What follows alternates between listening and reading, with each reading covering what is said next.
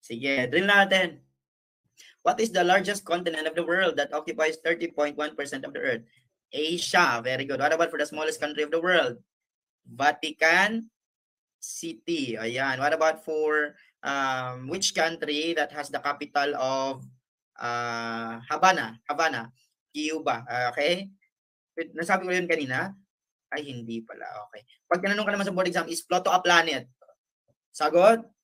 Not anymore, no? Because it is a dwarf planet lamang po. Pag tinanong ka naman sa board, how many teeth do you have? Does an adult have? 32. How many bones do you have as an adult? 300. What about for the babies? No. 206. What about for the babies? 300. Very good. What about for your blood? 5 to 6 liters. Okay? And what connects bone to muscles? Ligaments. What about for bone to bone? Bone to bone, ligaments. And then tendons to muscles, that's muscles to bones, that's tendons. Okay? Pag sinasabi naman natin, eto na, drill na talaga to, simulan na to. Okay? What about for who is known as the Lakambini ng Katipunan? That's Gregoria de Jesus. What about for Visayan Joan of Arc? Magban. What about Tagalog Joan of Arc? That's Kahabagan. What about for Ina ng Katipunan? Melchora Aquino. What about for the brain of the Katipunan? Emilio Jacinto. What about sino yung nagtahi ng watawat ng Pilipinas? Marcela Goncillo and friends. Very good. What about for, ang dapat na mabati ng mga Tagalog ay Akdani Bonifacio. Very good. What about for Dasala na Tuksuhan? Dil Pilar. What about for Fray Butud? Haina. First editor of La Solidaridad, Haina. And La Solidaridad is the newspaper of the Reform movement or the propaganda movement, and the objective of the propaganda movement is to become a province of Spain. Who is the most cultured among the reformists?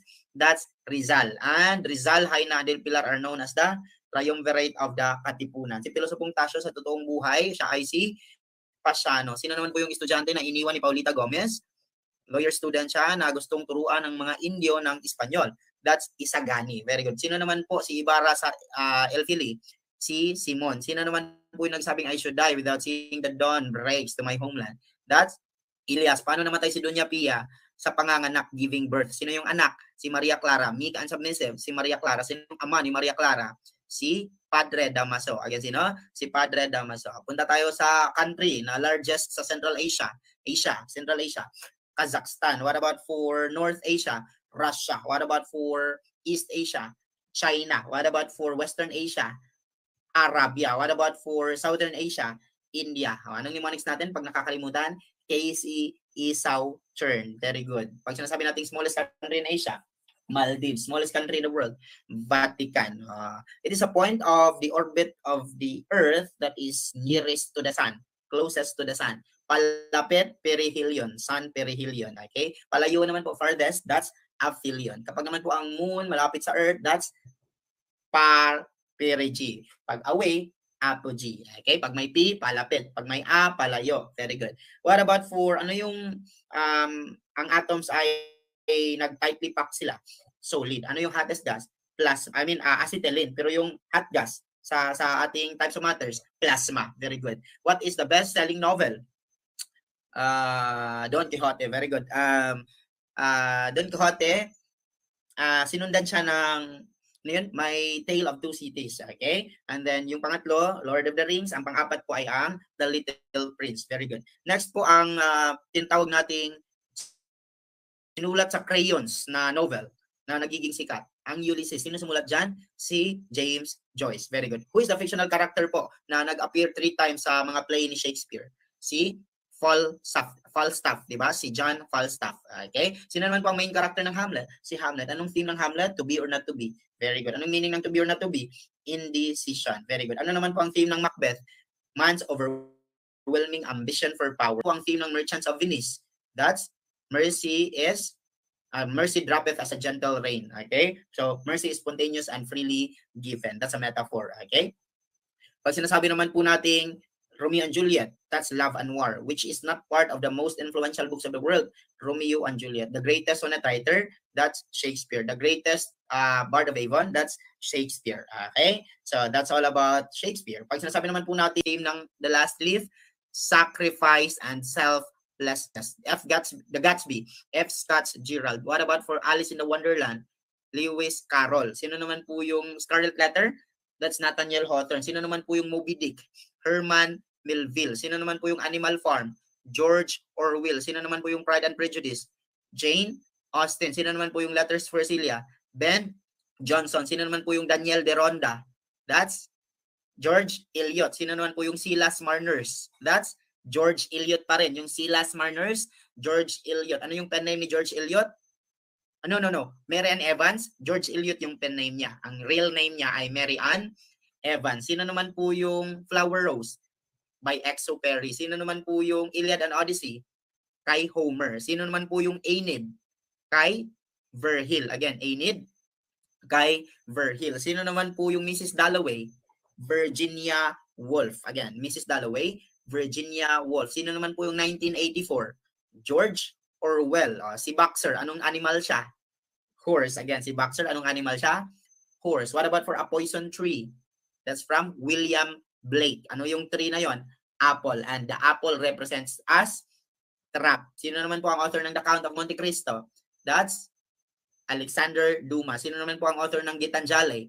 Rabindranath Tagore. Sino naman po ang author ng Gulliver's Travel?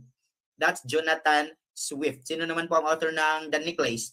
That's Guy de Maupassant. Sino naman po ang author ng Canterbury Tales? That's Chaucer's. Okay? Chaucer. Sino naman po ang author ng The Songs of Roland? That's Thorold. Again, sino yan? Thorold. Songs for Roland?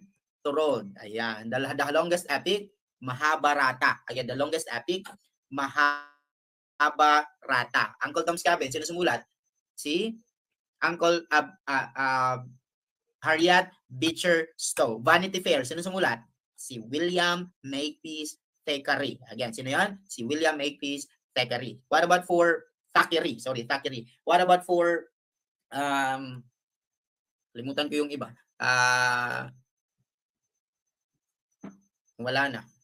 Basta mawala sa momento, mawawala talaga. O sige, balikan lang natin later, no? Pag sinasabi naman nating ang Canterbury Tales ay na-regard siya bilang great work ni Chaucer because my story within a story. Sino naman po yung horror and detective, by the way?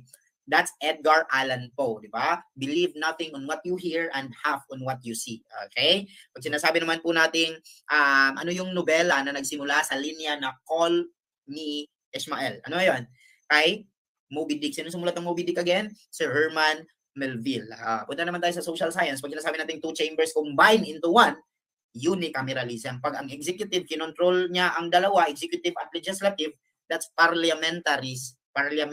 Pag sinasabi naman po natin two chambers lang, bicameralism. Para pag two chambers ginawang one, that's unicameralism. Pag dalhin mo yung katawan sa husgahado, that's corpus. Pag yung information, data. Pag yung security, amparo. Pag sinasabi nating kalikasan, that's environment.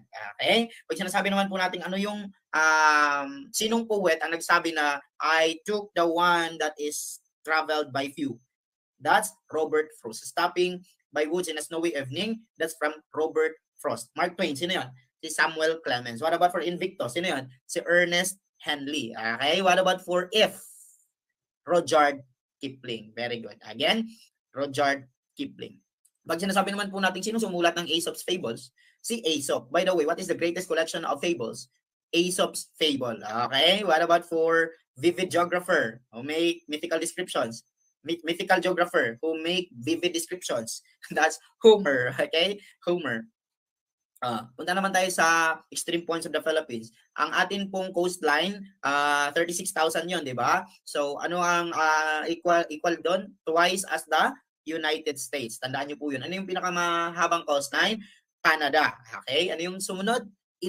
Indonesia. O, yun lang po yung tandaan nyo. The largest archipelago, Indonesia. Okay? How many islands in the Philippines? 7,641. Okay? Let's go to the extreme points of the earth. Extreme points of the Philippines. Sino yung nasa northernmost? Mabulis, Iami, di ba? Sino naman po yung nasa southernmost? Tawi-Tawi. Sino naman po yung nasa easternmost? Pusan Point. Very good. Sino naman po yung nasa westernmost? That's the Balabac Islands or Balabac Great Reef. Okay? So now, ano yung clue natin dyan? Pestamano, Baulabac. Pestamano, Baulabac. P for Pusan Point, E for east. S for southern, Ta for Tawi-Tawi. Okay, Pesta. Mano, ma for Mavulis, no for northern. Very good. Baulabak o Balabak Western. Point. Kuha? Madali lang ba? Of course, na hindi natin pinapahirapan yung taong bayan, no? So, teachers, pag tinanong ka naman ng proficiency, ano yung 79? Developing. Ano naman yung 80? Approaching. Ano yun sa ating descriptor sa grade? That's satisfactory yung approaching. Ha? Tandaan niyo po yun ha, yung satisfactory, approaching siya. So ano naman po yung 85? Proficient. Sa ating descriptor dyan, very satisfactory. Sino nga yung 90 and above? That's the advanced. Ano nga yan sa descriptors natin? Outstanding. Malinaw yan? Yeah. So is the first father of taxonomy, by the way. That's Aristotle. Sino naman po yung modern? Carl Linné. Binomial nomenclature, Carl Linné. What about for natural selection? Charles Darwin. What about for serendipity? Fleming. That's penicillin. Very good. What about if tatanungin ka ng board, ano yung poem ni Rizal na pagmamahal sa bayan at gaano kaganda yung Pilipinas? That's Ni Ultimo Adios. I-translate siya ni Bonifacio. Ano ang title? Pahimaka. Sinong sumulat ng Ala Patria? Emilio Jacinto. Sinong sumulat ng El Verdadero Decalogo? That's Apolinario Mabini. Okay? Sino naman pong sumulat ng Dasalan na Tuksuhan? Si Del Pilar. Very good. Yung film na Aladdin, minerge siya in stories and it can be found in the Arabian Nights. Very good. In the Arabian Nights. Pag-usapan naman natin yung mga panlapi na pag-usapan. Kapag sinasabi natin ang panlapi, nasa unahan at nasa hulihan, anong tawag? Gitlapi? Hindi, it's kabilaan. Pag sinasabi naman po natin nasa gitna, gitlapi. Pag sinasabi naman natin nasa unahan, nasa gitna, nasa hulihan, laguhan. Okay? Pag sinasabi naman natin power bank, that's potential. Pag sinasabi naman natin moving electric fan, that's mechanical. Pag sinasabi naman natin mga nauna sa Pilipinas, that's Negritos. Pag sinasabi naman po natin Queen Elizabeth II, reign. R-E-I-G-N. Very good. Tenure. Reign. Very good. Pag sinabi natin meek, submissive, obedient, sino yan? Si Maria Clara. Greatest love of Rizal. Leonor Rivera. The first wife of Bonifacio, Monica. Okay? Pero yung mahal na mahal niya talaga, si Gregoria de Jesus Siguriang, dalakambini ng Katipunan. The energy transfer, kapag sinasabi natin nag-charge ka na sa battery, that's kinetic na. Pero kapag power bank lang, that's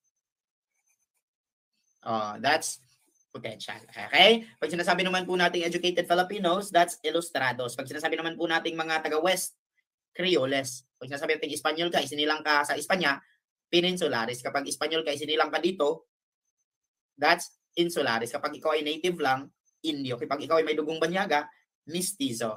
Kapag ikaw ay nakapag-aral, educated, that's ilustrado or principal. Yeah. Okay? Ano nga yung unavoidable energy na gumagawa ka ng useful work?